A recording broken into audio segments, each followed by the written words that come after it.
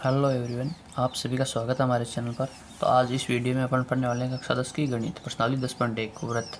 तो वृत्त आप सब छोटी कक्षाओं से पढ़ते आ रहे हो, तो जैसे जैसे आगे बढ़ते जाएंगे नई नई चीज़ें वैसे वैसे सीखते जाएंगे। तो देखो,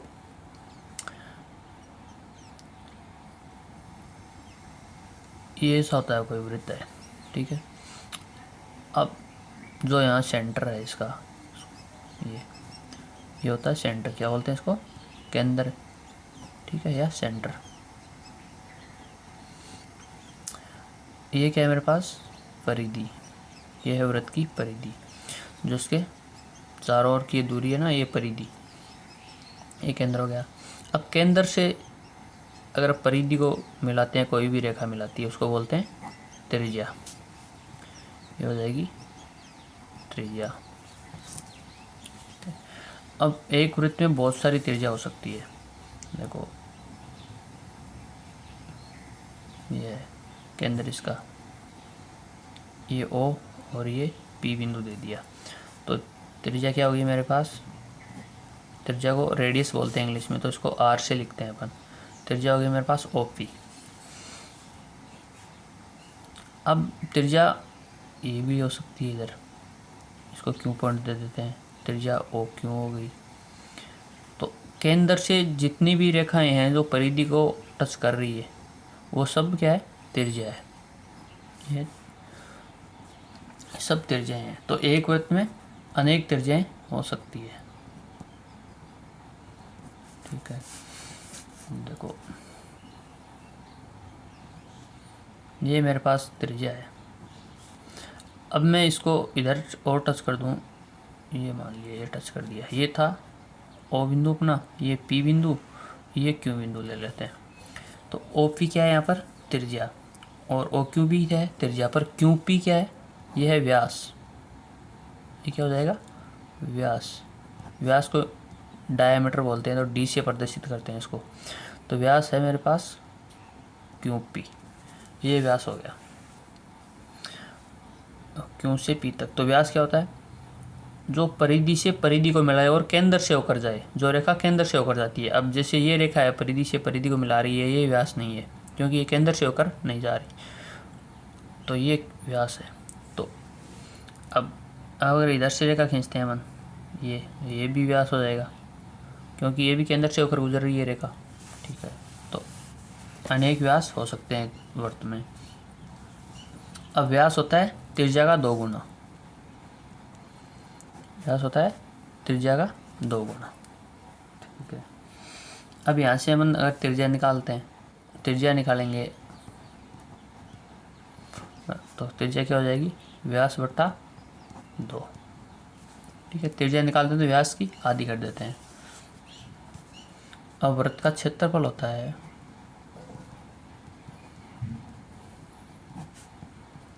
पाई आर स्क्वायर। वृत्त की परिधि होती है 2 पाई आर। आर है यहाँ पर त्रिज्या। अभी पाई का मान है, ये क्या होता है? पाई का मान 22/7 या 3.14। तो पाई क्या है? एक अपरिमेय संख्या है। अपरिमेय संख्या कैसे है? क्योंकि 22 में 7 का भाग नहीं जाता, पूरा पूरा भाग नहीं जाता, कभी भी भाग देते हैं तो 3.14 आगे चलता ही जाएगा। मतलब अशांत है, ये शांत नहीं है, भाग चलता ही रहेगा। तो क्या एक अपरिमेय संख्या है।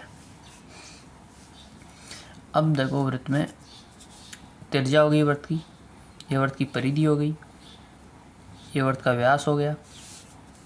अब होती है जीवा, वृत्त की जीवा, इसको कॉर्ड बोलते हैं। जीवा, ये मान लो मेरे वृत्त का केंद्र है, ये जीवा होती है, जो केंद्र से होकर नहीं जाती और परिधि से परिधि को मिलाती है। ये जीवाएँ हो गई मेरी, ठीक है। तो एक वृत्त में अनेक जीवाएँ हो सकती है, ठीक है। ये O दे देते हैं, इसको P दे देते हैं। तो जीवा क्या हो गई यहाँ पर? OP। इसको A B दे देते हैं, तो जीवा AB। ठीक है। अब होती है स्पर्श रेखा।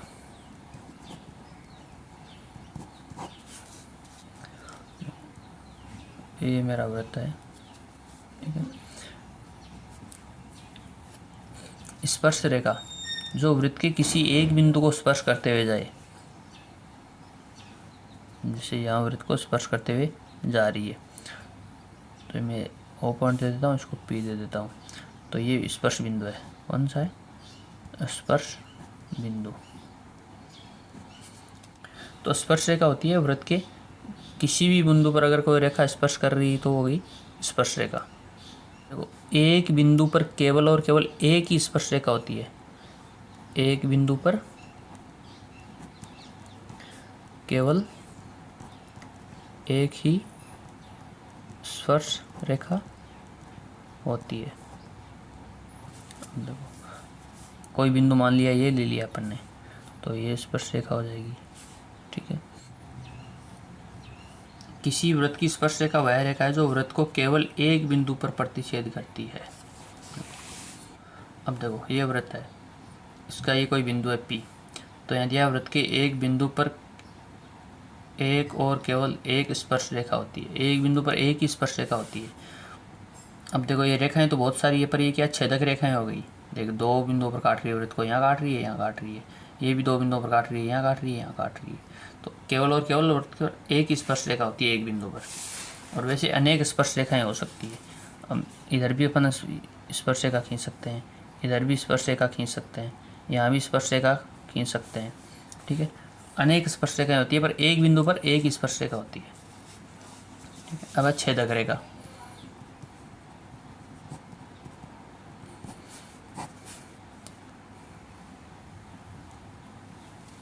छेदक रेखा जो वृत्त को दो बिंदुओं पर काटे। ये वृत्त का केंद्र है मेरा, ये हो गई छेदक रेखा जो वृत्त को दो बिंदुओं पर काटती है। यहाँ काट रही है और यहाँ काट रही है, ये हो गई छेदक रेखा, ये छेदक रेखा हो गई, ठीक है। पर मैं 10.1 है, देखो, वृत्त के किसी बिंदु पर स्पर्श रेखा स्पर्श बिंदु से जाने वाली त्रिज्या पर लंब होती है। तो देखो, कोई वृत्त है मेरे पास, ये इसका केंद्र O है, ये स्पर्श रेखा है मेरे पास,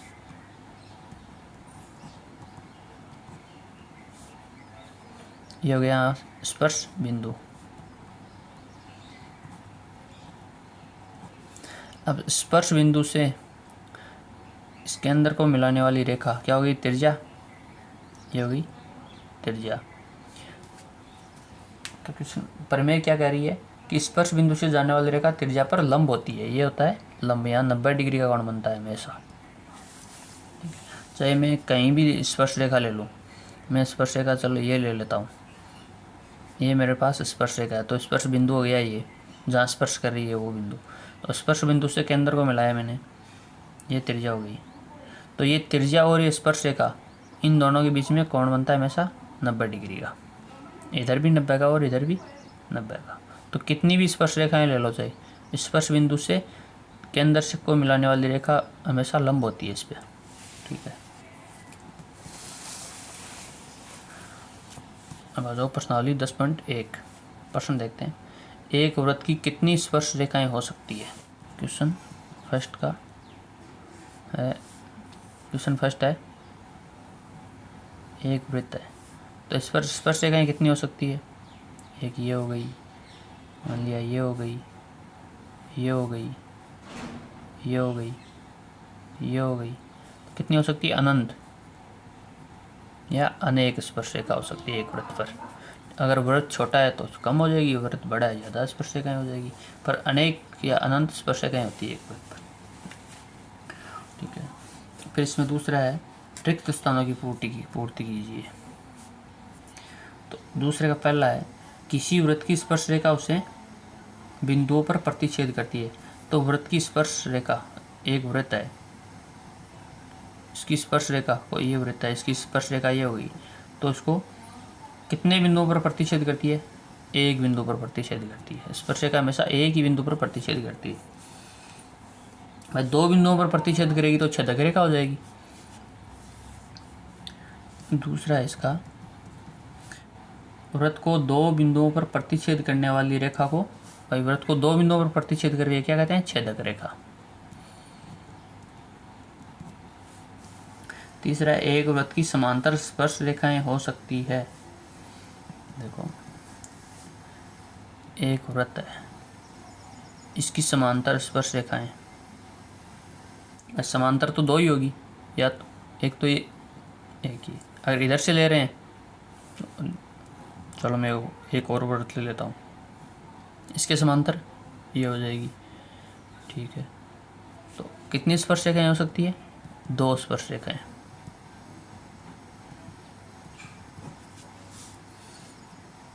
अगला, वृत्त तथा उसकी स्पर्श रेखा के उभयनिष्ठ बिंदु को स्पर्श बिंदु कहते हैं। क्या कहते हैं? स्पर्श बिंदु। अब देखो ये स्पर्श रेखा है वृत्त पर, ठीक है, तो जहाँ पर ये टच हो रही है उसको क्या कहते हैं अपन? स्पर्श बिंदु। तीसरा क्वेश्चन है, देखो 5 सेंटीमीटर त्रिज्या वाले एक वृत्त के बिंदु P पर स्पर्श रेखा PQ केंद्र O से जाने वाली एक रेखा से एक बिंदु Q पर इस प्रकार मिलती है कि OQ बराबर 12 सेंटीमीटर, तो PQ की लंबाई है, ये बतानी है अपन को, PQ की लंबाई। क्वेश्चन तीसरा है, 5 सेंटीमीटर त्रिज्या का कोई वृत्त है, ठीक है, तो स्पर्श रेखा है इस पर वृत्त पर, ये मेरे पास है स्पर्श रेखा, ये वृत्त का यहाँ केंद्र है, तो स्पर्श रेखा PQ स्पर्श रेखा है, ये P बिंदु दे देते हैं और ये Q दे देते हैं। केंद्र O से जाने वाली एक रेखा से बिंदु Q पर इस प्रकार मिलती है कि OQ 12 सेंटीमीटर है। ये वृत्त का केंद्र O और OQ कितनी है? 12 सेंटीमीटर। देखो PQ की लंबाई निकालनी है, ये वाली, ये लंबाई कितनी है? तो त्रिज्या कितनी है मेरे पास? स्पर्श बिंदु से मैं केंद्र को मिला दूँ तो ये होगी, त्रिज्या कितनी है? 5 सेंटीमीटर। तो मेरे को QP निकालना है, तो आ जाओ, देखो प्रमेय, अभी अपन ने 10.1 प्रमेय पढ़ी थी, तो प्रमेय भी क्या कह रही थी कि इन दोनों के बीच में बनता है 90 डिग्री का कोण। तो प्रमेय 10.1 से कोण P बराबर 90 डिग्री, तो पाइथागोरस प्रमेय से निकाल लेंगे। तो पाइथागोरस प्रमेय से, पाइथागोरस प्रमेय क्या कहती है? कर्ण का स्क्वायर बराबर आधार स्क्वायर प्लस लंब स्क्वायर। तो कर्ण क्या है यहाँ पर? OQ, तो OQ स्क्वायर इक्वल टू आधार स्क्वायर QP स्क्वायर प्लस लंब स्क्वायर मतलब OP स्क्वायर। तो OQ है मेरे पास 12 का स्क्वायर, QP मेरे को निकालना है, प्लस OP मेरे पास है 5 का स्क्वायर। तो 5 इधर है प्लस में, इधर आके हो जाएगा माइनस में, तो 12 का स्क्वायर माइनस 5 का स्क्वायर बराबर QP स्क्वायर। तो 12 का स्क्वायर 144 माइनस 5 का स्क्वायर 25 बराबर QP का स्क्वायर। 144 माइनस 25 कितना हो जाएगा? ये 119 बराबर QP स्क्वायर। तो QP स्क्वायर बराबर 119 है, तो QP बराबर कितना हो जाएगा? इधर से स्क्वायर हटाएंगे तो इधर अंडर रूट लग जाएगा, तो अंडर रूट 119, QP का मान आ गया अंडर रूट 119। ये आंसर है मेरा, ऑप्शन है इसमें D। चौथा प्रश्न है, देखो एक वृत्त खींचिए और दो एक दी गई रेखा के समांतर दो ऐसी रेखाएं खींचिए कि उनमें से एक स्पर्श रेखा हो तथा दूसरी छेदक रेखा हो। तो क्वेश्चन चौथा है मेरे पास, कोई वृत्त है, ठीक है, तो क्वेश्चन में क्या है कि दी गई रेखा, एक रेखा इसमें दी हुई है, मान लिया ये रेखा दी गई है, तो इसको मैं दे देता हूँ दी गई रेखा, इसके समांतर एक स्पर्श रेखा खींचनी है, तो ये लंब हो गया मेरा केंद्र से, ठीक है। अब इसके समांतर ही स्पर्श रेखा खींचनी है, तो मैं इसके समांतर स्पर्श रेखा खींच दूंगा, ये लंब हो गया मेरा, ये हो गई स्पर्श रेखा। अब एक छेदक रेखा और खींचनी है, तो मैं इसके समांतर छेदक रेखा खींच दूंगा, चलो यहाँ खींच देता हूँ, ये लंब ले लिया मैंने यहाँ, ये हो गई मेरे पास छेदक रेखा। बस हो गया, इतना ही करना था। तो मैं इनको नेम दे देता हूँ A B C D E F। ठीक है, तो 2 समांतर रेखाएं हो गई, AB समांतर है EF। मैं आशा करता हूँ कि ये प्रश्नावली आपको अच्छे से समझ में आई होगी, और वीडियो को लाइक ज़रूर कर दें और अपने फ्रेंड्स को शेयर करना ना भूलें।